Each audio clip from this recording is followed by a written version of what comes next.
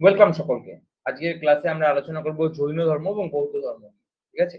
তো জৈন ধর্ম, বৌদ্ধ ধর্মের বেসিক ইন্ট্রোডাকশনটা আমি আগের দিন বলে দিয়েছিলাম যে কেন শুরু হয়েছিল। তো চলো আমি আরেকবার সেটা বলে দিই। এই যে জৈন ধর্ম বা বৌদ্ধ ধর্ম হঠাৎ শুরু হলো কেন? ঠিক আছে? মানে কি কারণ ছিল? এর আগে আমরা বলেছিলাম যে ঋগ্বেদিক এজ থেকে যখন লেটার বেদিক এজে গেছিল, সমাজের রিজিডিটি বেড়ে গেছিল। মানে সমাজে কনজারভেটিভ যে মাইন্ডসেট সেটা বেড়ে গেছিল। সেই জন্য কিন্তু একটা প্রতিবাদী ধর্ম হিসেবে মানে সেই সময় বৌদ্ধ ধর্ম এবং জৈন ধর্ম এবং এছাড়াও আরো অনেক ধর্ম উঠে আসে। ঠিক আছে? মেনলি প্রতিবাদের মানে ফলস্বরূপ এগুলো উঠে আসে। এইবার এই যে ধর্মগুলো উঠে আসে সেই সময় টোটাল ৬৩ টা ধর্ম উঠে আসে। সেই সময় টোটাল ৬৩ টা উপসেক্ট, সাবসেক্ট বলা হয়। ঠিক আছে? এগুলো হচ্ছে সমস্তই প্রতিবাদী। এই ৬৩ টাই যে ধর্ম সেগুলো হচ্ছে প্রতিবাদী। প্রত্যেকটাই হচ্ছে প্রতিবাদী। প্রতিবাদের ফলস্বরূপ এগুলো উঠে আসে এবং ৬৩ টার মধ্যে সর্বপ্রথম যে উঠে আসে সেই ধর্মের নাম হচ্ছে আজীবক। আজীবক। এবং আজীবক যে ধর্মটা এর প্রতিষ্ঠাতা কে? এর প্রতিষ্ঠাতা হচ্ছে মাস্করি পুত্র গোসল। ঠিক আছে? মাস্করি পুত্র গোসল। এর প্রতিষ্ঠাতা হচ্ছে মাস্করি পুত্র গোসল। ঠিক আছে? এবং বিন্দুসার, বিন্দুসার কিন্তু এই যে ধর্ম, ঠিক আছে? বিন্দুসারকে বিন্দুসার হচ্ছে মৌর্য সাম্রাজ্যের। বিন্দুসার কিন্তু এই ধর্ম গ্রহণ করেছে। ক্লিয়ার? বিন্দুসার কিন্তু এই আজীবক ধর্ম গ্রহণ করে। ক্লিয়ার? বোঝা গেল? তাহলে সেই সময় ৬৩ টা যে ধর্ম উঠে আসে তার মধ্যে একটা প্রথম ধর্ম হচ্ছে আজীবক। মানে সবাই প্রতিবাদী ধর্ম। এইবার আমরা আলোচনা করব সবার প্রথমে জৈন ধর্ম নিয়ে, তারপরে বৌদ্ধ ধর্ম নিয়ে। দুটোই কিন্তু সমসাময়িক একটা ধর্ম। একটা হচ্ছে জৈন ধর্ম, একটা হচ্ছে জৈন ধর্ম, ঠিক আছে? এবং আরেকটা হচ্ছে বৌদ্ধ ধর্ম। দুটোই কিন্তু সমসাময়িক। এই জৈন ধর্ম, জৈন ধর্মে না তীর্থঙ্কর বলে একটা কথা আছে, তীর্থঙ্কর। এই তীর্থঙ্কর কথার অর্থ কি? সবার প্রথমে আমাদেরকে এটা জানতে হবে। তীর্থঙ্কর কথার অর্থ কি? ঠিক আছে? তীর্থঙ্কর শব্দের অর্থ, আচ্ছা এখানে আমি তীর্থঙ্কর বলে পয়েন্টটা হেডিং করি। এখানে একটা তীর্থঙ্কর বলে একটা কথা আছে। এই তীর্থঙ্কর শব্দের অর্থ হচ্ছে, আমরা যদি যাই, এর অর্থ হচ্ছে মুক্তির পথদাতা বা জৈন ধর্মগুরু। মুক্তির পথদাতা। ঠিক আছে? তো জৈন ধর্মে যারা মুক্তির পথ দিত, সেই সমস্ত ধর্মগুরু তাদেরকে বলা হয় তীর্থঙ্কর। ক্লিয়ার? জৈন ধর্মে যারা মুক্তির পথ দিত তাদেরকে তীর্থঙ্কর বলা হয়। এই রকমই জৈন ধর্মে ১ থেকে ২৪ টা তীর্থঙ্কর ছিল। এবার তার মধ্যে ইম্পর্টেন্ট কারা? তার মধ্যে ইম্পর্টেন্ট হচ্ছে ১ নম্বর যে তীর্থঙ্কর। ঠিক আছে? তার নাম হচ্ছে ঋষভনাথ বা ঋষভনাথ না, ঋষভদেব। তার নাম হচ্ছে ঋষভদেব। তার নাম হচ্ছে ঋষভদেব। ঠিক আছে? ২৩ তম তীর্থঙ্করকে, এই কোশ্চেনটা আসে, ২৩ তম তীর্থঙ্করকে। ২৩ তম তীর্থঙ্কর হচ্ছে পার্শ্বনাথ। পার্শ্বনাথ। ঠিক আছে? পার্শ্বনাথ। এবং ২৪ তম মানে শেষ তীর্থঙ্করকে, শেষ তীর্থঙ্করের নাম জানতে চায় মহাবীর। ঠিক আছে? তাহলে এই কটা তীর্থঙ্করের থেকে আমাদের কোশ্চেন আসে এবং এগুলো আমাদেরকে জানতে হবে। জৈন ধর্মের যারা প্রবর্তন করেছিলেন তাদেরকে বলা হতো তীর্থঙ্কর, তাদেরকে বলা হতো মুক্তির পথদাতা। এবং ১ থেকে ২৪ এই টোটাল তীর্থঙ্কর ছিল এবং তার মধ্যে ১, ২৩ এবং ২৪ এই ৩ টে খুব ইম্পর্টেন্ট। বোঝা গেল? জৈন ধর্ম মেনলি জিন থেকে এই কথাটির উৎপত্তি। ঠিক আছে? জিন থেকে এই কথাটির কিন্তু উৎপত্তি। মহাবীরের জন্মের ২৫০ বছর আগে বারাণসীর এক রাজ পরিবারে পার্শ্বনাথের কিন্তু জন্ম হয়। এই যে পার্শ্বনাথ, মহাবীরের থেকে কিন্তু ২৫০ বছর আগে কিন্তু তার জন্ম হয়েছিল। ক্লিয়ার? এই টপিকটাও কিন্তু আমাদের মনে রাখতে হবে, এগুলো কিন্তু আমাদের জানতে হবে। এইবার আমাদের যে জায়গাটা জানতে হবে সেটা হচ্ছে মহাবীর সম্পর্কে। মহাবীর। এই মহাবীর ব্যক্তিটা কে ছিলেন? মহাবীর থেকে অনেক কোশ্চেন আসে। ঠিক আছে? মহাবীর থেকে অনেক কোশ্চেন আসে। বুঝতে পেরেছো কেন জৈন ধর্মের উৎপত্তি হয়েছে, কি জন্য? ঠিক আছে? বেসিক আন্ডারস্ট্যান্ডিং ক্লিয়ার হয়ে গেছে প্রিলিমিনারির জন্য। তো চলো এবার আমরা জানি মহাবীর থেকে আমাদের কি জিনিস জানতে হবে। মহাবীর থেকে সবার প্রথমে আমাদের যেটা জানতে হবে, মহাবীরের জন্ম কোথায়? জন্ম হচ্ছে কুন্দগ্রাম। বৈশালী বলে যে জেলাটা রয়েছে, বৈশালী জেলা। এই বৈশালী জেলার কুন্দগ্রাম বা কুন্ডিগ্রাম, ঠিক আছে? এই কুন্দগ্রাম, এই কুন্দগ্রামে হচ্ছে মহাবীরের জন্ম। ক্লিয়ার? বৈশালী জেলার কুন্দগ্রামে হচ্ছে মহাবীরের জন্ম, যেটা বর্ধমানের মজফরপুর জেলায় অবস্থিত। তার মানে ছোটবেলায়, তার যে ছোটবেলায় নাম, এই যে যখন জন্মেছিল সেই সময় তার নাম ছিল বর্ধমান। সেই সময় তার নাম ছিল বর্ধমান। ঠিক আছে? মানে মহাবীরের নাম। ঠিক আছে? মহাবীরের নাম হচ্ছে, পিতৃদত্ত নাম হচ্ছে বর্ধমান। তিনি একটা জ্ঞাত্রিক নামক ক্ষত্রিয় জাতির লোক ছিলেন। এই যে তিনি, এই বর্ধমান, তিনি কোন জাতির লোক ছিলেন? তিনি ক্ষত্রিয় জাতির একজন লোক ছিলেন। ক্লিয়ার? তাহলে যদি কোশ্চেন আসে বর্ধমান কোন জাতির লোক এবং তার জন্ম কোথায় এবং তার বাল্য নাম কি, ঠিক আছে, সেগুলো সব বলতে পারবে। তার বাল্য নাম হচ্ছে বর্ধমান এবং তিনি ক্ষত্রিয় জাতির একটা লোক ছিলেন বা ব্যক্তি ছিলেন, ঠিক আছে। তার মা ছিল লিচ্ছবি রাজ্যের রাজা, ঠিক আছে।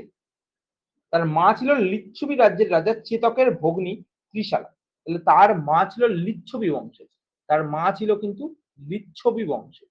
লিচ্ছবি বংশ থেকে তার মাতা বিলং করত, ঠিক আছে। তার মা ছিল লিচ্ছবি বংশের, ঠিক আছে। তার স্ত্রী ছিল যশোদা। তার স্ত্রীর নাম হচ্ছে যশোদা। স্ত্রীর নাম হচ্ছে যশোদা। যশোদা ছিল তার স্ত্রী, ঠিক আছে। তার মায়ের নাম কি বলতো? তার মায়ের নাম হচ্ছে ত্রিশালা। তার মায়ের নাম হচ্ছে ত্রিশালা। এটা আমি বলেছি, অনেকে বুঝতে পারোনি, জিজ্ঞাসা করছো। হ্যাঁ, তার মায়ের নাম লিচ্ছবি না, তার মায়ের নাম হচ্ছে ত্রিশালা। ত্রিশালা হচ্ছে তার মায়ের নাম। স্ত্রীর নাম হচ্ছে যশোদা এবং তার যদি বলা হয় কন্যা, তার কন্যার নাম কি? তার কন্যার নাম হচ্ছে প্রিয় দর্শনা, ঠিক আছে। প্রিয় দর্শনা তার কন্যা, প্রিয় দর্শনা, এটা হচ্ছে তার কন্যার নাম, ঠিক আছে। তিনি একজন ক্ষত্রিয় বংশের পুত্র ছিলেন। তো তার যে মানে ফ্যামিলি ফ্যামিলি ট্রিটাকে আমরা দেখি, তাহলে এগুলো পাবো। তার পিতা, তার পিতা না, পিতাকে, পিতা হচ্ছে সিদ্ধার্থ। তার পিতার নাম হচ্ছে সিদ্ধার্থ। সিদ্ধার্থ হচ্ছে তার পিতা, ঠিক আছে। এই কোশ্চেন গুলো কিন্তু জিজ্ঞাসা করে। মা কোন বংশের? মা হচ্ছে লিচ্ছবি বংশের, মায়ের নাম ত্রিশালা, স্ত্রীর নাম যশোদা, কন্যা প্রিয়দর্শনা, ঠিক আছে, এবং পিতা হচ্ছে সিদ্ধার্থ, ঠিক আছে। এবং মানে এখান থেকে মানে এই ইনফরমেশনটা আমাদের লাগবে, ঠিক আছে। এটা কিন্তু, এই যে ইনফরমেশনটা দিলাম আমি, এটা কিন্তু তার মানে অ্যাকচুয়ালি ধর্ম প্রচারের আগে। সে তখনো ধর্ম শিক্ষা লাভ করেনি, সে তখনো সংসার জীবনে যখন রয়েছে তখন এই ইনফরমেশন গুলো আমরা জেনেছি, ঠিক আছে, সেই সময়। এরপর আমরা মানে আরো জিনিস জানবো। তার যখন ৩০ বছর বয়স হয়, তার যখন ৩০ বছর বয়স হয়, এই ৩০ বছর বয়সে সে কিন্তু ঘর ত্যাগ করে, ঠিক আছে, গৃহত্যাগ করে। আচ্ছা, গৃহত্যাগ মানে যে ৩০ বছর বয়সে করছে, ৩০ বছর বয়সে গৃহত্যাগ করছে কেন? কারণ সে সংসার জীবন ত্যাগ করে এই সমাজের কল্যাণের জন্য একটা নতুন ধর্ম বা ধর্মজ্ঞান লাভের চেষ্টা করছে। এবং ৪২ বছর বয়সের মধ্যে কিন্তু সে তার ধর্মজ্ঞান লাভ করে। ৪২ বছর বয়সের মধ্যে কিন্তু সে তার ধর্মজ্ঞান লাভ করে, যে ধর্মজ্ঞানের জন্য তিনি মানে সংসার জীবন ত্যাগ করেছিলেন, ঠিক আছে। এবার তাহলে এই ধর্মটা লাভ হলো, এটা কোন জায়গা থেকে? এই যে ৪২ বছরের বয়সে যে ধর্মটা লাভ হলো, এটা কোন জায়গা থেকে? এই কোশ্চেনটা জিজ্ঞাসা করো। যদি এইটা আমাদের জানতে হয়, তাহলে আমরা যান্ত্রিক গ্রাম বলে একটা গ্রাম আছে, ঠিক আছে? এটা পরেশনাথ পাহাড়ের কাছে। যান্ত্রিক গ্রাম। এই যান্ত্রিক গ্রামের, ঠিক আছে? যান্ত্রিক বলে যে গ্রামটা, যান্ত্রিক গ্রামে ঋজুপালিকা নদী বলে একটা নদী আছে। যান্ত্রিক গ্রামে, ঠিক আছে? ঋজুপালিকা। যান্ত্রিক গ্রামে রিজু পালিকা নদীর তীরে, রিজু পালিকা নদীর তীরে, ঠিক আছে, তিনি কিন্তু মানে শাল গাছের একটা তলায় তিনি কঠোর তপস্যা করছিলেন। রিজু পালিকা নদী এবং শাল গাছ, এখান থেকে এই কোশ্চেন গুলো কিন্তু জিজ্ঞাসা করা হয়। রিজু পালিকা নদী, শাল গাছের তলায় তিনি কঠোর তপস্যা করছিলেন এবং এখানে কিন্তু তিনি দৈব জ্ঞান বা কৈবল্য তিনি লাভ করেন, ঠিক আছে। এবং এই লাভের পর তার যে নামকরণ গুলো হয়, সে বিভিন্ন নামে এই নাম মানে যেই এই মানে এই জিনিসটা হলো, তারপরে তাকে বিভিন্ন নামে ডাকা হয়, ঠিক আছে। মহাবীর, জিতেন্দ্রীয় এবং নির্গ্রহন্ত, এই সমস্ত নামে কিন্তু তিনি মানে এই যে পরিচিতিটা কিন্তু করেন, ঠিক আছে। তাহলে কোন জায়গায় করেন, কোন নদীর তীরে, এই কোশ্চেন গুলো কিন্তু আসে। এইবার যখন তিনি এই ঘটনাটা ঘটলো, মানে তিনি যখন তার ধর্মজ্ঞান লাভ করলেন, তার প্রথম শিষ্য কে হয়? তার প্রথম শিষ্য এই কোশ্চেনটা জিজ্ঞাসা করে, তার প্রথম শিষ্য কে হয়? তার প্রথম শিষ্য এই সময় আসে, যার নাম হচ্ছে জামিলি। যার নাম হলো জামিলি, ঠিক আছে। জামিলি হয়ে যায় তার প্রথম শিষ্য। তিনি যেই ধর্মজ্ঞান লাভ করছেন, তার প্রথম শিষ্য হচ্ছে জামিলি, ঠিক আছে। এইভাবে তিনি তার মানে ধর্ম আস্তে আস্তে প্রচার করেন এবং ধর্ম প্রচারের পর, ঠিক আছে, তার মানে ৭২ বছর বয়সে, যখন এই ৪২ এর পরে তার বয়স ৭২ হয়ে যায়, তখন তার মৃত্যু হয় এবং মৃত্যু কোথায় হয়? পাবাপুরীতে, ঠিক আছে, পাবাপুরীতে। এবং পাবাপুরীতে যখন তার মৃত্যু হয়, ঠিক আছে, সেটা কোন রাজবংশ মানে কার আন্ডারে ছিল? মল্ল এবং অজাতশত্রুর আন্ডারে কিন্তু সেটা ছিল, ঠিক আছে। এই হলো তার টোটাল মানে ঘটনা, তার জীবনে কি কি ঘটনা কখন ঘটেছে। এবার আমরা আলোচনা করব তার যে ধর্মটা এটা কোন কোন বিখ্যাত ব্যক্তি গ্রহণ করেছিল। বিখ্যাত ব্যক্তিদের মধ্যে যারা রয়েছে চন্দ্রগুপ্ত মৌর্য। চন্দ্রগুপ্ত মৌর্য, মৌর্য বংশের যিনি প্রতিষ্ঠাতা চন্দ্রগুপ্ত মৌর্য। চন্দ্রগুপ্ত মৌর্য গ্রহণ করেছিল, ঠিক আছে। কলিঙ্গরাজ খারবেল, খারবেল কলিঙ্গরাজ যেটা এটা অশোকের সময়, ঠিক আছে, যে কলিঙ্গ যুদ্ধ হয়েছিল সেই কলিঙ্গের রাজা হচ্ছে খারবেল। খারবেল তারা এই ধর্ম গ্রহণ করেছিল। রাষ্ট্রকূট বংশের রাজারা, ঠিক আছে, রাষ্ট্রকূট, রাষ্ট্রকূট বংশের রাজারা তার এই ধর্ম গ্রহণ করেছিল। এইভাবে কিন্তু আলটিমেটলি তার ধর্ম কিন্তু আস্তে আস্তে মানুষের মধ্যে ছড়িয়ে পড়ে, ঠিক আছে। এবং তার ধর্মে একটা কথা বলা হয়েছিল যেটাকে বলা হতো পঞ্চ মহাব্রত। তার ধর্মে একটা কথা বলা হয়েছিল যেটার নাম হচ্ছে পঞ্চ মহাব্রত। এই পঞ্চ মহাব্রত এই জিনিসটা কি জিনিস এটা জিজ্ঞাসা করতে পারে, পঞ্চ মহাব্রত কি। তো পঞ্চ মহাব্রত বলতে যে ঘটনাগুলোকে বলা হয় সেটা হচ্ছে প্রথমে সত্যবাদিতা, মানে সত্য কথা বলা, সবার সবার প্রথম হচ্ছে সত্য কথা বলা। দ্বিতীয় নম্বরে কি রয়েছে, অচৌর্য মানে চুরি না করা, চুরি না করা, ঠিক আছে, চুরি করা যাবে না, আমি কেটে দিলাম, চুরি কেটে দেওয়া মানে চুরি করা যাবে না। ৩ নম্বরে বলা হচ্ছে অপরিগ্রহ মানে পরবস্তু, ঠিক আছে, গ্রহণ না করা। অপরিগ্রহ এটা পুরোটাই লিখতে হবে, অপরিগ্রহ মানে অন্যের জিনিস গ্রহণ করা যাবে না, অন্যের জিনিস গ্রহণ করা যাবে না। ৪ নম্বর কি বলা হচ্ছে, ঠিক আছে, অহিংসা, অহিংসা মানে হিংসা করা যাবে না, কারোর প্রতি কোনো হিংসা এটা করাই যাবে না, ঠিক আছে। ৫ নম্বর কি, ৫ নম্বর হচ্ছে ব্রহ্মচর্য মানে ব্রহ্মচর্যের যে জীবনটা সেটাকে পালন করতে হবে। সেটাকে পালন করলে তুমি মোরালিটি শিখবে, মোরালিটি যে কনসেপ্টটা সেটা কিন্তু তোমার মানে এই ব্রহ্মচর্যের মধ্যে তুমি শিখবে। এই হলো পঞ্চম মহাব্রত যার মাধ্যমে আলটিমেটলি জৈন ধর্মের প্রচার ঘটে, ঠিক আছে। এবং তার এই যে টোটাল নীতি ছিল, ঠিক আছে, এই পঞ্চম মানে প্রথম ৪টি নীতির প্রবর্তক হলেন পার্শ্বনাথ এবং শেষ নীতিটি হলেন, ঠিক আছে, আচ্ছা, পার্শ্বনাথ দ্বারা পার্শ্বনাথ কোন কোন, ঠিক আছে, পার্শ্বনাথ যদি বলা হয়, পার্শ্বনাথ হচ্ছে এই প্রথম ৪টে, ঠিক আছে, এই প্রথম ৪টের প্রবক্তা হচ্ছেন পার্শ্বনাথ, ঠিক আছে। এবং শেষ যে ব্রহ্মচর্য এটার প্রবক্তা হলেন মহাবীর, ঠিক আছে, মহাবীর এটা সংযোজন করেন। এই প্রথম ৪টে, এই প্রথম ৪টাকে কি বলা হয়, প্রথম ৪টাকে বলা হয় চতুর্যাম, প্রথম ৪টাকে বলা হয় চতুর্যাম। এই কোশ্চেনটাও জিজ্ঞাসা করতে পারে, তো এটা আমাদের মনে রাখতে হবে যে চতুর্যাম কি জিনিস, ঠিক আছে, এবং কে প্রবর্তন করেছিলেন বা পঞ্চম মহাব্রত কি জিনিস, কে প্রবর্তন করেছিলেন। এই চতুর্যাম তাহলে কে প্রবর্তন করেছিলেন বলো, চতুর্যাম এটা করেছিলেন পার্শ্বনাথ, 23তম যে তীর্থঙ্কর, ঠিক আছে, পার্শ্বনাথ, তিনি কিন্তু এটার প্রবর্তন করেন, পার্শ্বনাথ এটার প্রবর্তন করেন। ওকে, ক্লিয়ার, প্রত্যেকটা ইনফরমেশন ক্লিয়ার। এরপরে জৈন ধর্মের বিভিন্ন সম্মেলন হয়েছিল, প্রথম সম্মেলন আর দ্বিতীয় সম্মেলন, ঠিক আছে। এবার আমরা জানবো জৈন ধর্মের ইম্পর্টেন্ট একটা গ্রন্থ, যে গ্রন্থকে বলা হয় দ্বাদশ অঙ্গ, দ্বাদশ অঙ্গ। জৈন ধর্মের ইম্পর্টেন্ট একটা গ্রন্থ যার নাম হচ্ছে দ্বাদশ অঙ্গ। এই দ্বাদশ অঙ্গ গ্রন্থ থেকে জৈন ধর্মের বিভিন্ন ইনফরমেশন আমরা কিন্তু পাই, ঠিক আছে। মানে জৈন ধর্মের কি কি জিনিসপত্র লেখা আছে, যেমন আমি বললাম এগুলো লেখা আছে, এছাড়াও আরো অনেক আছে জৈন ডক্টরিন, এগুলো আমরা মেন্স ক্লাসে আলোচনা করব, মানে প্রিলিমিনারিতে এগুলো দরকার নেই, প্রিলিমিনারি অব্দি এইটুকু আমাদের একদম ওকে, ক্লিয়ার। জৈন ধর্ম বোঝা গেল, ক্লিয়ার তো।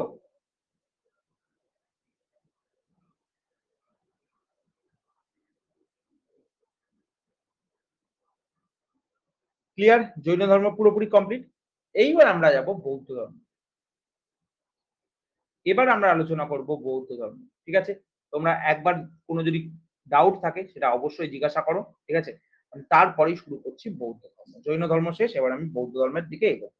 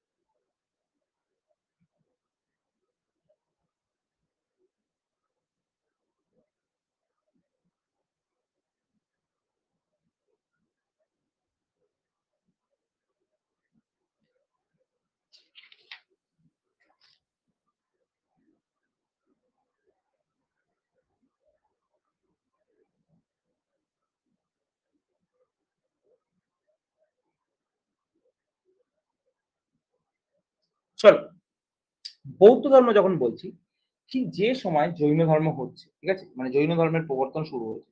আচ্ছা, মহাবীরের জন্ম, যে ইনফরমেশনটা আমার আগে দেওয়া হয়নি, মহাবীরের যে জন্ম, আমি একবার এটা বলে দিই, বলে দিয়ে আমি এটা শুরু করি।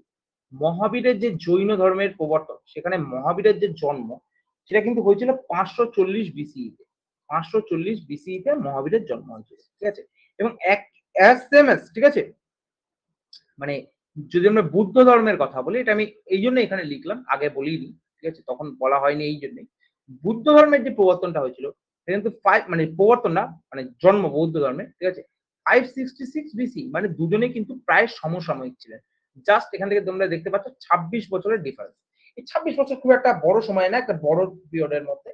এইভাবে কিন্তু জৈন ধর্ম বৌদ্ধ ধর্ম সমসাময়িক ভাবে এগিয়েছে। ক্লিয়ার? কেউ আবার এটা ভেবো না জৈন আগে তারপরে বৌদ্ধ, একই সময়ের দুটো, ঠিক আছে? এবার আমি আলোচনা করব বৌদ্ধ ধর্ম নিয়ে। ওকে, এবার আমি আলোচনা করব বৌদ্ধ ধর্ম নিয়ে। তো বৌদ্ধ ধর্মে আমাদের যে পয়েন্ট গুলো জানতে হবে, যে বৌদ্ধ ধর্মের প্রবর্তকটা কে? এখানে কিন্তু কোনো তীর্থঙ্কর নেই, এখানে বৌদ্ধ ধর্মের প্রবর্তক হচ্ছে গৌতম বুদ্ধ। এই গৌতম বুদ্ধ, তিনি জন্মেছেন কোথায়, ঠিক আছে, এই জিনিসগুলো, তার ফ্যামিলি, এগুলো জিজ্ঞাসা করা হয়। যেমন আমাদের মানে জেনেছিলাম জৈন ধর্মের ক্ষেত্রে। বুদ্ধ ধর্মের ক্ষেত্রে গৌতম বুদ্ধ যদি বলা হয়, তার জন্ম নেপালের তরাই অঞ্চলে, ঠিক আছে? নেপালে একটা জায়গা আছে, নেপাল তো এমনি তরাই অঞ্চল, তোমরা জানো। নেপালের লুম্বিনী, লুম্বিনী বলে একটা জায়গা আছে, লুম্বিনী। লুম্বিনীতে জন্ম হচ্ছে গৌতম বুদ্ধের। ওকে, লুম্বিনীতে জন্ম হচ্ছে গৌতম বুদ্ধের। এবং তিনিও মানে কোন বংশের? তিনি ছিলেন শাক্য বংশের। শাক্য বংশের একজন মানে ছিলেন। এবং জাতিতে তিনিও কিন্তু ক্ষত্রিয় ছিলেন। যেমন মহাবীরও ক্ষত্রিয় ছিলেন, তিনিও জাতিতে কিন্তু ক্ষত্রিয় ছিলেন। ঠিক আছে? এবং তার জন্ম হয় বৈশাখী পূর্ণিমার দিন। তার জন্ম সেটা হয় হচ্ছে বৈশাখী পূর্ণিমার দিন। ঠিক আছে? বৈশাখী পূর্ণিমার দিন তার জন্ম হয়। এই বৈশাখী পূর্ণিমার দিন তার জন্ম হওয়াতে আমরা আজকে যে বৈশাখী মানে পূর্ণিমা পালন করি না, ঠিক আছে, বা বৌদ্ধ পূর্ণিমা, সেটা কিন্তু সেই দিনটাকে উৎসর্গ করেও পালন করা হয়। ওকে, এবং তার জন্ম কত সালে হয়? 566 বিসি, 566 বিসিতে তার কিন্তু জন্ম হয়। ওকে, ক্লিয়ার তো? এবার আমরা এখানে 2 নম্বর পয়েন্ট নিয়ে আলোচনা করব। তিনি সিংহলের মতে, মানে গৌতম বুদ্ধ কিন্তু 566-তে জন্মগ্রহণ করেছিলেন এবং তিনি শাক্যমুনি নামেও পরিচিত ছিলেন। শাক্য বংশের রাজা, তাই তিনি শাক্যমুনি নামেও কিন্তু পরিচিত ছিলেন। শাক্যমুনি, ওকে, শাক্যমুনি নামেও তিনি পরিচিত ছিলেন। এবার কোশ্চেন আসে, তার যে মানে পিতা, পিতা ছিলেন একজন কপিলাবস্তুর প্রশাসক এবং তার মাতাকে, পিতার নাম এখানে মানে আমাদের জানা যায়নি। মাতার নাম কি? মাতা হচ্ছে কুশল বংশের রাজকন্যা মায়াদেবী। মাতা ছিলেন মায়াদেবী, মায়াদেবী, তিনি ছিলেন মাতা এবং তিনি কুশল বংশের ছিলেন। কুশল, সেই সময় মহাজন পদে আমরা পড়বো, এরপরে যখন মহাজন পদ পড়বো সেখানে জানতে পারবো। কুশল রাজবংশের রাজকন্যা ছিলেন এই মায়াদেবী, ঠিক আছে? এবং মানে তার মাসি, তার মাসি, মাসির নাম ছিল গৌতমী। তার মাসির নাম ছিল গৌতমী এবং তার মানুষ হওয়াটা হয়েছিল এই মাসির কাছেই। তার মাসির কাছেই তিনি মানুষ হয়েছিলেন এবং এই মাসির কাছেই মানুষ হওয়াতে তার নাম অ্যাকচুয়ালি হয়েছিল গৌতম বুদ্ধ। ঠিক আছে? তার নাম হয় গৌতম বুদ্ধ। গৌতম বুদ্ধের বাল্য নাম কি? তার বাল্য নাম হচ্ছে সিদ্ধার্থ। সিদ্ধার্থ। যেমন আগে আমরা বর্ধমান জেনেছি, বর্ধমান ছিল মানে তার বাল্য মানে জৈনের বাল্য নাম, মহাবীর জৈনের, ঠিক আছে? এটা হচ্ছে গৌতম বুদ্ধের বাল্য নাম হচ্ছে সিদ্ধার্থ। ক্লিয়ার? তার স্ত্রীর নাম কি? স্ত্রীর নাম হচ্ছে যশোধারা। তার স্ত্রীর নাম হচ্ছে যশোধারা। এগুলো কিন্তু পরীক্ষায় জিজ্ঞাসা করে, প্রত্যেকটা জিনিস জিজ্ঞাসা করে। এই জন্য এগুলোকে আমি পুরো মেনশন করে করে আলাদা আলাদা ভাবে লিখে দিচ্ছি। ঠিক আছে? স্ত্রীর নাম হচ্ছে যশোধারা। ওকে, তার স্ত্রীর নাম হচ্ছে যশোধারা। তার বিয়ে হয়ে যায় মাত্র 16 বছর বয়সে এবং 29 বছর বয়সে, ঠিক আছে, মানে তিনি একটা পুত্র সন্তান লাভ করেন এবং পুত্রের নাম, এই যে পুত্র সন্তান লাভ করেছিল, তার পুত্রের নাম ছিল রাহুল। যেমন প্রিয়দর্শনা ছিল জৈনের তার কন্যা, তার পুত্রের নাম ছিল রাহুল। ঠিক আছে? রাহুল। এবং আল্টিমেট তার পুত্র সন্তানের জন্মগ্রহণের পরেই তিনি এই 29 বছর বয়সে, তার এই সময় বয়স ছিল 29, এবং এই 29 বছর বয়সে তিনি গৃহত্যাগ করেন। ওকে, তিনি গৃহত্যাগ করেন এবং এই গৃহত্যাগ যে ঘটনাটা, সেটাকে বৌদ্ধ ধর্মের যে ভাষায় বলা হয় মহাস মহাস মহাভিষ্করণমন। ঠিক আছে? আমি লিখে দিচ্ছি, উচ্চারণে হয়তো একটু সমস্যা হলো, মহাভিনিষ্ক্রমণ, মহাভিনিষ্ক্রমণ, ঠিক আছে? মহাভিনিষ্ক্রমণ, এটা হচ্ছে তার গৃহত্যাগ 29 বছর বয়সে, মানে সংসার জীবন ত্যাগ করে মানে তিনি এগিয়ে যান, ঠিক আছে? মানে তার ধর্মের পথে, এবং ধর্মের পথে যখন তিনি এগোচ্ছেন, ঠিক আছে? ধর্মের পথে যখন তিনি এগোচ্ছেন, আল্টিমেটলি তার একজন শিষ্য মানে গুরু ছিল। গুরুর নামটা হচ্ছে আলার কামা। তার গুরুর নাম হচ্ছে আলার কামা। আলার কামা তার গুরু ছিলেন, ঠিক আছে? আলার কামা ছিলেন তার গুরু। ওকে? আলার কামা ছিলেন তার গুরু, মানে মহাবীর, মহাবীর না, গৌতম বুদ্ধের গুরু ছিলেন আলার কামা। এবং আল্টিমেটলি তাহলে তার মানে শিক্ষা লাভটা কোথায় হয়? তার শিক্ষা লাভ হয় নিরঞ্জনা নদীর তীরে, ঠিক আছে? নিরঞ্জনা নদীর তীরে, ঠিক আছে? তার মানে দীক্ষা লাভটা হয়, ঠিক আছে? এখানে তিনি মানে দীক্ষা লাভ করেন এবং তিনি অশ্বত্থ গাছের তলায় বসে দীক্ষা লাভ করেন। তাহলে আরেকজন ছিলেন শাল গাছের তলায়, ঠিক আছে? আর তিনি কোন মানে নদী নিরঞ্জনা নদীর তীরে অশ্বত্থ গাছের তলায় বসে তিনি কিন্তু ধ্যান করেন এবং শিক্ষা লাভ করেন, ঠিক আছে? এবং মানে তার ধ্যানে মগ্ন হয়েছিল, ঠিক আছে? এবং ৩৫ বছর বয়সে, ৩৫ বছর বয়সে কিন্তু তিনি তার ধর্মজ্ঞান লাভ করেছিলেন। মহাবীর জৈন ৪২ বছর বয়সে করেছিলেন এবং গৌতম বুদ্ধ ৩৫ বছর বয়সে মানে এই ধর্মটা লাভ করেছিলেন। এবং এই অশ্বত্থ গাছটাকেই বলা হয় কিন্তু বোধি বৃক্ষ। বোধি ট্রি বলা হয় না, বোধি ট্রি। এই অশ্বত্থ গাছটাকেই বলা হয় বোধি ট্রি। ওকে? বোঝা গেল যে কোথায় হয়েছিল, কি জন্য হয়েছিল। এরপর তার মানে এই ঘটনার পর যখন তিনি ধর্ম জ্ঞান লাভ করে ফেললেন, তার পরের ঘটনাটা কি ঘটলো? তার পরের ঘটনাটা যদি আমরা বলি, তিনি বারাণসীতে কাছে সারনাথে তিনি ফিরে আসেন, ঠিক আছে? এবং সেখানে বুদ্ধদেব ৫ জন তপস্বীকে তার ১ম ধর্ম প্রচার করেন। এই যে ৫ জন তপস্বীকে তিনি ধর্ম প্রচার করেছিলেন, এই ঘটনাটাকেই বলা হয় ধর্মচক্র প্রবর্তন। ওকে? ধর্মচক্র প্রবর্তন। তাহলে একটা হচ্ছে আমরা কি জানলাম? মহাভিষ্কৃণবন, ঠিক আছে? আরেকটা জানলাম ধর্মচক্র প্রবর্তন, ঠিক আছে? এর মধ্যে মানে ১ম শিষ্যত্ব পেয়েছিলেন কে? ফার্স্ট, এই ৫ জনের মধ্যে ফার্স্ট কে পেয়েছিলেন? এটা জিজ্ঞাসা করে। ফার্স্ট কে পেয়েছিলেন? কৌডিন্য। কৌডিন্য। কৌডিন্য বলে যে ব্যক্তিটা, তিনি ১ম শিক্ষা লাভ করেছিলেন, ঠিক আছে? এখানে মানে ৫ জন যারা ছিলেন তারা কে, কে ছিলেন? এই কৌন্ডিন্য তো ছিলেন। তারপরে ছিলেন ভদ্রিক, ভদ্রিক, ভদ্রিক, ঠিক আছে? তারপরে হচ্ছে অশ্বজিৎ, অশ্বজিৎ, অশ্বজিৎ। তারপরে ছিলেন বাষ্প ও মহানাম। বাষ্প, আরেকটা হচ্ছে মহানাম। এই ৪ জন ব্যক্তি ছিল, ঠিক আছে? এবং ৫ জন হচ্ছে কৌডিন্য। মানে আল্টিমেটলি এই ৫ জনকে তিনি ধর্মজ্ঞান মানে দান করেন এবং ধর্মচক্র প্রবর্তন করেন। এবং বুদ্ধের তারপরে মৃত্যু হয়। বুদ্ধের এই ঘটনার পর আল্টিমেটলি বুদ্ধের যখন মৃত্যুটা হয়, সেটাকে আমরা যদি বলি, এই সমস্ত ঘটনার পর বুদ্ধের মৃত্যু হচ্ছে 486 BCE তে, 486 BCE তে। এবং তার মৃত্যু হচ্ছে কোথায়?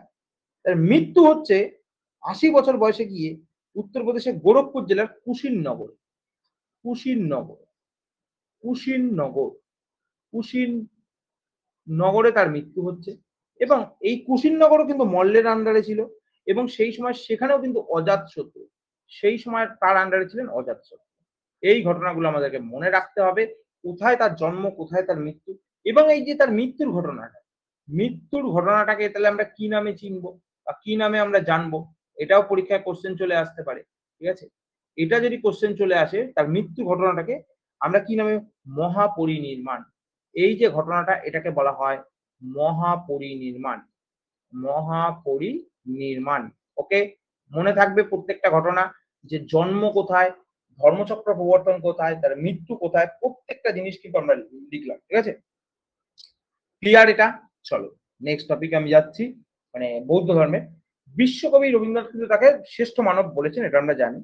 এরপরে আলটিমেটলি মানে আমরা যদি বলি, তার ধর্মের মধ্যে দুটো পার্ট আমরা লক্ষ্য করতে পারি। একটা হচ্ছে হীনযান, এর পরে গিয়ে আমরা দেখবো, সেগুলো মেন্সের ক্লাসে আলোচনা করবো। হীনযান, একটা হচ্ছে মহাযান। এগুলো জেনে জাস্ট জেনে নাও যে কোন কোন মানে দুটো পার্ট ছিল। একটা হচ্ছে হীনযান, একটা হচ্ছে মহাযান। তারপরে তার যে ধর্ম দুটো ভাগে ভাগ হয়ে গেছিল, হীনযান আর মহাযান, ঠিক আছে?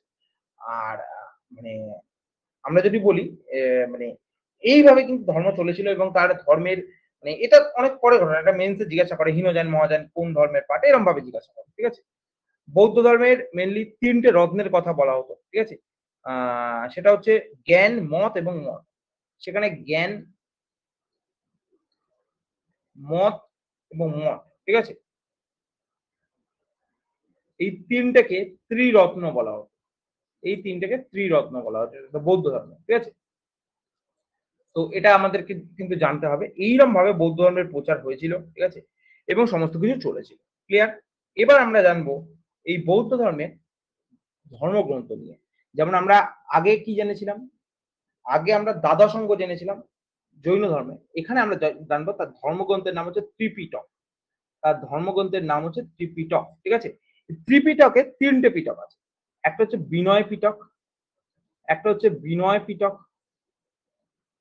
যেখানে বুদ্ধের বাণী, যেখানে বুদ্ধের বাণী সংরক্ষিত রয়েছে, ঠিক আছে? হচ্ছে সূত্র পিটক, সূত্র পিটক। এই সূত্র পিটকে কি রয়েছে? সংঘের নীতি, সংঘ কিভাবে চলবে, এই সংঘের নীতি এটা ব্যাখ্যা রয়েছে। এর সংঘের নীতি ব্যাখ্যা রয়েছে। ক্লিয়ার? বিনয় পিটক হলো, সূত্র পিটক হলো।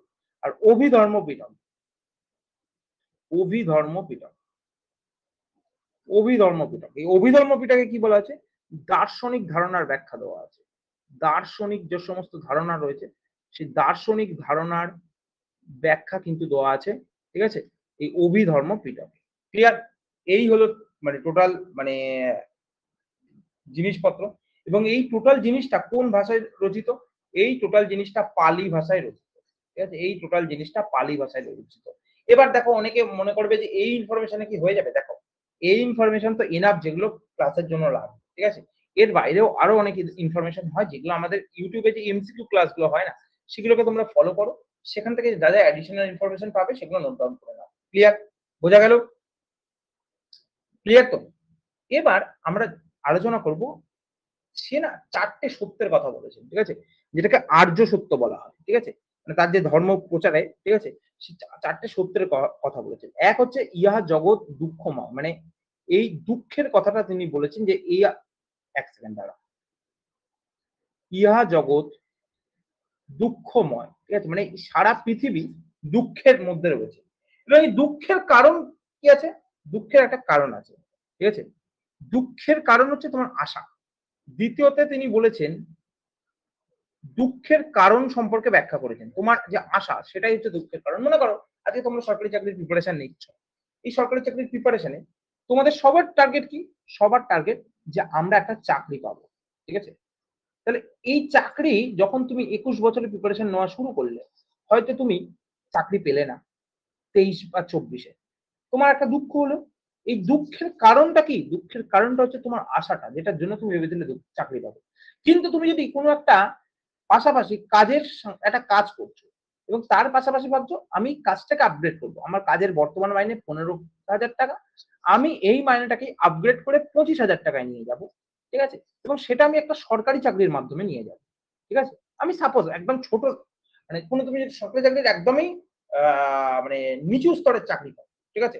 মানে আমরা যদি বলি একদম তুমি ক্লাস 10 লেভেলের চাকরি পাচ্ছ। তাহলে তোমার ২৫,০০০ টাকা মাইনে হবে। এই আপগ্রেডেশনটা যদি করো, ঠিক আছে? তাহলে কিন্তু তোমার দুঃখটা হবে না। কারণ তোমার কাছে অলরেডি একটা জব রয়েছে এবং সেটাকে তুমি আপগ্রেড করছো। তাহলে দুঃখ এবং দুঃখের কারণ ব্যাপারটা বুঝতে পারলে? আমি যে ঘটনাটা বোঝানোর চেষ্টা করলাম বাস্তবিক ব্যাখ্যা দিয়ে, এটা হলো দুঃখের কারণ। কি জন্য দুঃখ হয়েছিল? আর এটা হচ্ছে দুঃখ নিরাময়ের পদ্ধতি। এই যে দুঃখের আমি ৩ নম্বর পয়েন্ট লিখবো, দুঃখের নিরাময়। দুঃখের নিরাময়টা কি হলো? দুঃখের নিরাময় হচ্ছে প্ল্যান বি। তাহলে এইখান থেকে কিন্তু আমরা যে সমস্ত আইডিওলজির কথা বলি এখান থেকেই কিন্তু আমরা জানতে পারি বা এখান থেকেই ভাবতে পারি। জানতে পারি, ভাবতে পারি, যাই বল। এবং দুঃখের নিবৃত্তির শ্রেষ্ঠ পথ কি জানতে হবে। এবং এর যে পাথওয়েটা এটা হচ্ছে বলা ছিল পাথ 4 এ, ঠিক আছে? পাথওয়ে। কোন পথে আমাদেরকে এগোতে হবে। এবং এই ৪ টে জিনিসটাকে একসঙ্গে কি বলা হতো? একসঙ্গে বলা হতো আর্য সত্য। ওকে? বোঝা গেল? বেসিক বাংলা ভাষায় বুঝিয়েছি। একদম ছোট, ছোট করে বুঝিয়েছি যে কোন জিনিসটা কি, কাকে কিভাবে এগোতে হবে, কিভাবে এগোতে হবে। ব্যাপারটা বুঝতে পেরেছ আশা করি। এই হলো টোটাল মানে বৌদ্ধ ধর্মে, ঠিক আছে, মানে টোটাল যে মানে ঘটনাগুলো সেটা, ঠিক আছে। এবার আমরা আলোচনা করব বৌদ্ধ ধর্মের 4টে সম্মেলন হয়েছিল। যেমন আমি কি বললাম, জৈন ধর্মের 2টো সম্মেলন হয়েছিল। একটা হয়েছিল আমাদের হচ্ছে যদি বলি 300 বিসি, আর একটা হয়েছিল 500 AD, ঠিক আছে। তেমনই বৌদ্ধ ধর্মের 4টে সম্মেলন হয়েছিল। ফার্স্ট সম্মেলন কোথায় হয়েছিল? ফার্স্ট সম্মেলন হয়েছিল রাজগৃহতে। ফার্স্ট সম্মেলন হয়েছিল রাজগৃহতে। রাজগৃহতে। দ্বিতীয় সম্মেলন বৈশালীতে। বৈশালীতে। তৃতীয় সম্মেলন পাটলিপুত্রে। পাটলিপুত্রে। আর তৃতীয়টা, চতুর্থটা, আচ্ছা এদিকে 3 আছে এদিকে 4 আছে, তাই তো? 1 সেকেন্ড দাঁড়াও।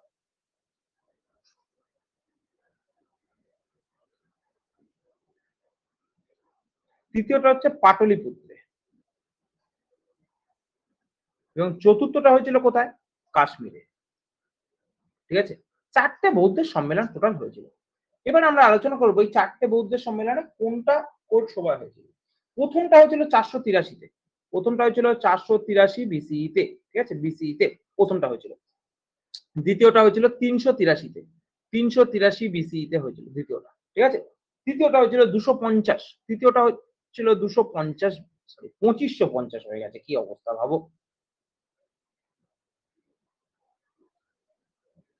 250 বিসিই তে, ঠিক আছে।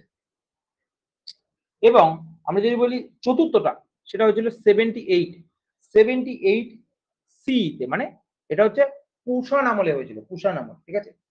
এবার এই প্রথমটা, যে প্রথম যে সম্মেলনটা হয়েছিল, এই প্রথম সম্মেলনটায় শাসক কে ছিলেন?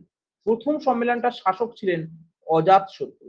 প্রথম সম্মেলনের শাসক ছিলেন অজাতশত্রু। ওকে, প্রথম সম্মেলনের শাসক ছিলেন অজাতশত্রু, মানে প্রথম সম্মেলন যার সময় হয়েছে, ঠিক আছে। এবং দ্বিতীয় সম্মেলনে কে ছিলেন? দ্বিতীয় সম্মেলনে ছিলেন কালাশোক। কালাশোক। এই অজাতশত্রুর সময় কিন্তু দুজনের মৃত্যু হয়েছিল, ঠিক আছে। বৌদ্ধ ধর্মের সম্মেলন প্রথম তার আমলে হয়, কালাশোক। তারপরে তৃতীয় সম্মেলনে কে ছিলেন? অশোক, রাজা অশোক। রাজা অশোক ছিলেন তৃতীয় সম্মেলনের সময়, ঠিক আছে। আর চতুর্থ সম্মেলনের সময় কে ছিলেন? কনিষ্ক। কনিষ্ক। কনিষ্ক, ঠিক আছে, কনিষ্ক ছিলেন চতুর্থ সম্মেলনের সময়। এইভাবে 4টে সম্মেলন হয়েছিল, ঠিক আছে। এবং এই যে হীনযান মহাযান, আমি বলেছিলাম না হীনযান আর মহাযান, এই হীনযান আর মহাযান, এই যে দুটো পার্ট, আমি 1 আর 2 করে বললাম, হীনযান আর একটা মহাযান, এই দুটোর ভাগ হয়ে যায় কিন্তু চতুর্থ সম্মেলন হয়েছে, ঠিক আছে। এই হলো টোটাল ঘটনা। আর দ্বিতীয় সম্মেলনে এসে এই মানে বৌদ্ধ ধর্মের দুটো ভাগ হয়েছিল, ঠিক আছে। একটার নাম হচ্ছে, এটা আমার আগে বলা হয়নি, এখন বলছি। একটার নাম হচ্ছে স্থিবরবাদী, একটা নাম হচ্ছে স্থিবরবাদী, একটার নাম হচ্ছে স্থিবরবাদী, ঠিক আছে। আর একটার নাম হচ্ছে মহাসংঘবাদী, আর একটার নাম হচ্ছে মহাসংঘবাদী, ঠিক আছে। এগুলো কোনটা কি, কোনটার কি ডক্টরিন, এগুলো আমাদের মেন্সে আলোচনা করা হয়, মেন্সের সিলেবাসে এগুলো রয়েছে। সিলেবাসে বলা ভুল, মেন্সেরও যা সিলেবাস, প্রিলিমসেরও তাই সিলেবাস, কিন্তু কোশ্চেন প্যাটার্ন এই জিনিসগুলো তোমাদের মানে স্থিরবাদী কি, হীনযান কি, মহাযান কি, কোনটা হচ্ছে গ্রেট ভেহিকেল, এই হীনযান মহাযানের মধ্যে কোনটা গ্রেট ভেহিকেল, কেন গ্রেট ভেহিকেল, কোনটা প্রচার বেশি হয়েছিল, কোনটা কোথায় প্রচার হয়েছিল, এগুলো আরো অনেক ইনফরমেশন বাকি আছে, সেগুলো কিন্তু আমরা মেন্স ক্লাসে আলোচনা করব। এটা কিন্তু প্রিলিমিনারির জন্য, ডব্লিউবিসিএস প্রিলিমিনারি এবং অন্যান্য সকল এক্সামের জন্য টার্গেট করে এই কোর্সটা তৈরি করা হচ্ছে। যারা লাইভ দেখছো অবশ্যই দেখে নিচ্ছ, যারা ইন ফিউচারে কোর্সটা হয়তো রেকর্ডেড পারচেজ করবে, তারা হয়তো কোর্সটা রেকর্ডেড দেখতে পাবে, সমস্ত কোনো অসুবিধা নেই। এই হলো টোটাল ঘটনা, ঠিক আছে। মানে সমস্ত কিছু এক জায়গায় আমরা দিয়ে দিলাম, যেখানে আমরা বৌদ্ধ ধর্ম, জৈন ধর্মকে একসঙ্গে কিন্তু ব্যাখ্যা করবো, ঠিক আছে। তোমাদের সঙ্গে নেক্সট ক্লাসে আমরা আলোচনা করব মগধ নিয়ে, মগধ সাম্রাজ্য বা ষোড়শ মহাজন পদ। নেক্সট ক্লাসে আমরা আলোচনা করব তোমাদের সঙ্গে ষোড়শ মহাজন পদ, ঠিক আছে। আশা করি তোমরা সবাই ষোড়শ মহাজন পদটা কিছুটা পড়ে আসবে এবং সেই ক্লাসে কিন্তু তোমাদের সঙ্গে ষোড়শ মহাজন পদ নিয়ে সম্পূর্ণ আলোচনা করব এবং ষোড়শ মহাজন পদ থেকে আলটিমেটলি কিভাবে মৌর্য সাম্রাজ্যের বিকাশ করবে সেগুলো কিন্তু ঘটনা আমরা জানবো। ইতিহাসকে আমরা ইতিহাসের একটা গল্প আকারে আমরা জানছি এবং গল্প আকারে শিখছি। যদি ভালো লাগে অবশ্যই কিন্তু তোমাদের অন্যান্য বন্ধুদেরকেও জানাবে যে ইতিহাস এরকম ভাবে এখানে ক্লাস হয়, ঠিক আছে। আমরা খুব অল্প ফিস রেখেছি, অল্প ফিসে ক্লাসটা করাচ্ছি, ঠিক আছে। যদি ভালো লাগে অবশ্যই কিন্তু মানে তোমার বন্ধুদেরকে জানিও। আজকে ক্লাসটা এখানেই শেষ করছি। পুজোর মধ্যে আমরা বলেছিলাম 5টা থেকে 6টা ক্লাস আমরা দিয়ে দেবো। পুজোর মধ্যে কিন্তু আজকে একাদশী চলছে। একাদশীর মধ্যে কিন্তু আল্টিমেট আমরা অ্যানসিয়েন্ট হিস্ট্রি পুরো মানে বৌদ্ধ জৈন ধর্ম অব্দি কমপ্লিট করে ফেলেছি। এবার তোমরা বুঝতে পারছো এই স্পিডে এগুলো আমরা কতটা ফাস্ট পুরো সিলেবাস কমপ্লিট করবো। Ancient history, মেডিয়েভাল history, modern history পুরো সিলেবাস আমরা টার্গেট আছে WBCS প্রিলিমস এর আগে হয়তো কমপ্লিট করে দেবো। ঠিক আছে? এবার সেজন্য চেষ্টা করছি আরো ভালোভাবে করার। কিন্তু করিয়ে দেবো। ফুল প্র্যাকটিস, ফুল রিভিশন ক্লাস হবে। চলো আজকের ক্লাসটা এখানেই শেষ করছি। তোমাদের সঙ্গে নেক্সট দিন আলোচনা করব ষোড়শ মহাজন পদ নিয়ে। সেদিন কিন্তু পুরো আবার এরকম ভাবে আলোচনা হবে। চলো, থ্যাংক ইউ।